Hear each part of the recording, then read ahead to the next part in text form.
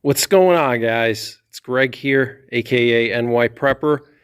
In this video, I'm just going to be doing a velocity test with my new 12-inch POF Revolution piston drive upper, and this is legally registered as an SBR.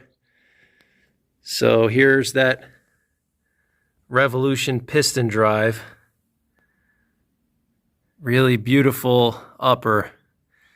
It is missing a section of the top rail, which you can buy from POF for like 50 bucks. I'm going to add that in there. Just goes in with these screws. Got some Troy Industries tritium fold-up sights, silencer co Omega 300. The barrel ends right there, so it's really short. And what we're going to do is we're going to compare the velocities that I get with this 12-inch upper to my 16-inch POF Rogue upper, which is right here. So basically 4 inches shorter than the POF Rogue. I want to see what kind of difference in velocity that makes. So we're going to be using two different types of ammo. Here I have some factory ammo. This is some Norma Tactical M80 ball. And out of the 16-inch POF Rogue upper, I typically get 2,550 feet per second. In the cooler months and in the warmer months like summer, when it's like 80 degrees Fahrenheit or more, I usually get 2,650 feet per second in the summer. And then we're going to be using some hand loads. Here I have some Hornady 150 grain full metal jackets that I've hand loaded to around 2,825 feet per second out of the 16-inch barrel POF Rogue. So I'm really curious to see what my hand loads and the Norma Tactical M80 ball will do out of the 12-inch upper from POF, the POF Revolution. It's a real nice upper. Really nice machine work here by the forward assist. And look at that ejection port there. Really nice machining, really precise machining. Check that out. Really cool. The charging handle's real nice. Check that out. Real nice charging handle, really wide. Really beefy upper here. Really beefy. And this is a piston drive. So it has a piston instead of a gas tube. There's the gas block in there. It's got some gas settings. They're pretty simple. There's like 2 normal settings and 2 suppressed settings, which I like. Nice and simple. And the advantage to having a piston drive AR is better reliability, less likely to get jams. You don't have a gas tube that can get clogged up with carbon that you have to clean periodically, especially if you're running your ARs suppressed. I highly recommend investing in a piston drive upper because it's just a lot more reliable. But really beautiful upper here from POF. This is the Revolution piston drive, and it just went on top of my Rogue lower that came with the POF Rogue. So it's compatible to the Rogue lower. So let's see what happens. Let's see what kind of velocities we get with the Norma Tactical M80 ball. Normally I get around 2,550 feet per second with the 16-inch barrel. And with my hand loads, 150 grain full metal jackets, I normally get 2,825 feet per second, plus or minus 25 feet per second, depending on the time of the year. In the summer, closer to 2,850. In the winter, 2,800. So let's see what happens, guys. And I forgot to mention that out of my 20-inch barrel Ruger SFAR, I get around 2,700 feet per second with the Norma Tactical. So about 150 feet per second faster with the 20-inch barrel. And then with my hand loads, with the Ruger SFAR 20-inch barrel, I get around 2,925 feet per second.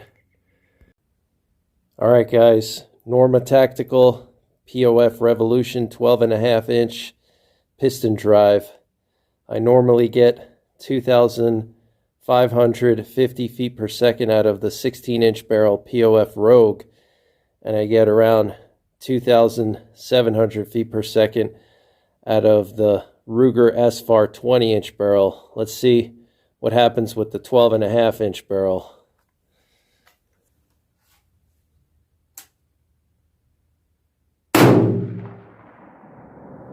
.2448, wow, not bad. And it looks like we had a jam.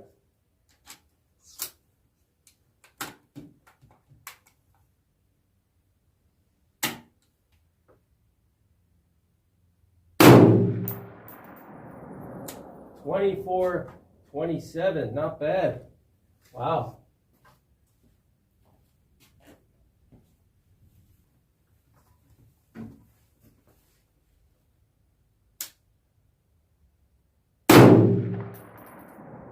.2436. Wow, only about 100 feet per second less.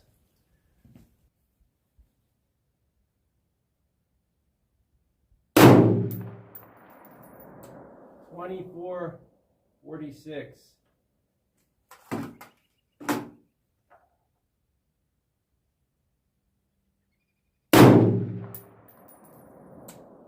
.2469.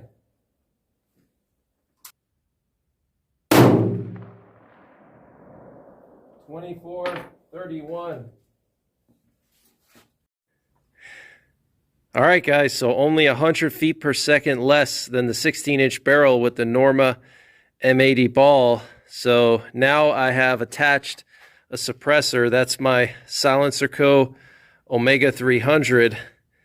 And we're going to shoot some of the hand loads. So these are 150 grain full metal jackets from Hornady, and out of the 16-inch barrel POF Rogue, I normally get around 2,825 feet per second. So let's see what we get out of the POF Revolution 12-inch piston drive.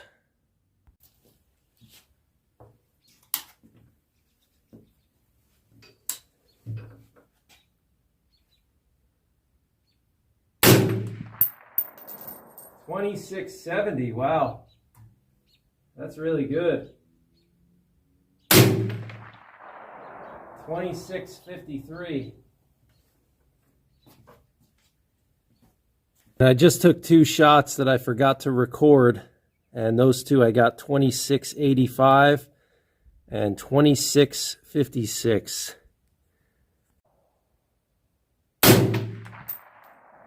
.2679, wow.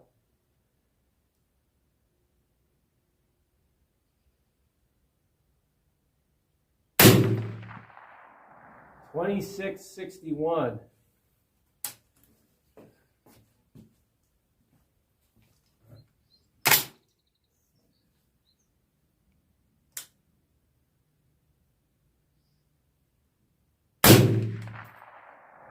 .2663.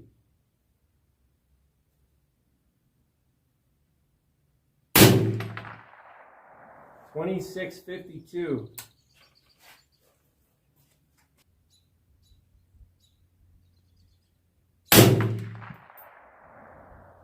.2660.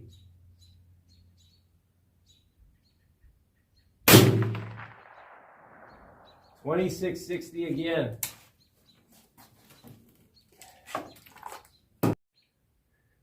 All right, guys, so it looks like about 100 to 150 feet per second less than the 16-inch POF Rogue. That's about what I was expecting.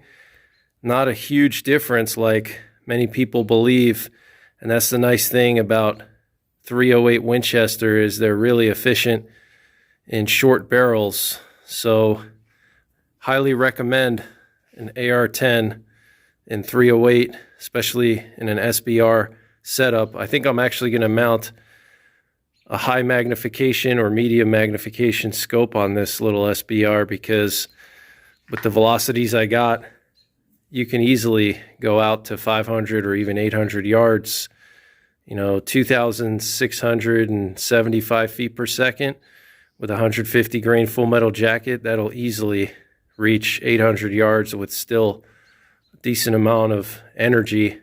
So I'm going to leave all the numbers up for you guys so you can get a more detailed look and comparison. But looks like around 100 to 125 or 150 feet per second difference. And that's about the same difference as when you go down from 20 inches to 16 inches.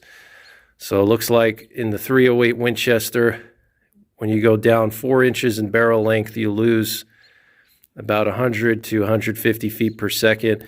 And temperature is around 50 degrees Fahrenheit, maybe upper 40s. So in the summer months, I do believe that my hand load would be probably about 25 feet per second faster, maybe a little bit more even if it's like a really hot day and the ammo was sitting in the sun or something like that. But hope you guys enjoyed this video. Check out my AR-10 playlist for all my AR-10 videos. Check out my 308 Winchester playlist for all of my 308 Winchester videos. And look at that cool charging handle. Just really awesome machining here. Look at that. On the forward assist and the ejection, it's really nice machining, high quality machining on this upper, really beefy. Lots of aluminum here. Really beefy upper. It's not cheap, that's for sure. So you get what you pay for. It's not a cheap upper. Paid around $1,800 plus shipping for this upper. So it's not cheap, but it's an investment, that's for sure. So stay tuned for a more detailed look at the numbers so you can get a better comparison.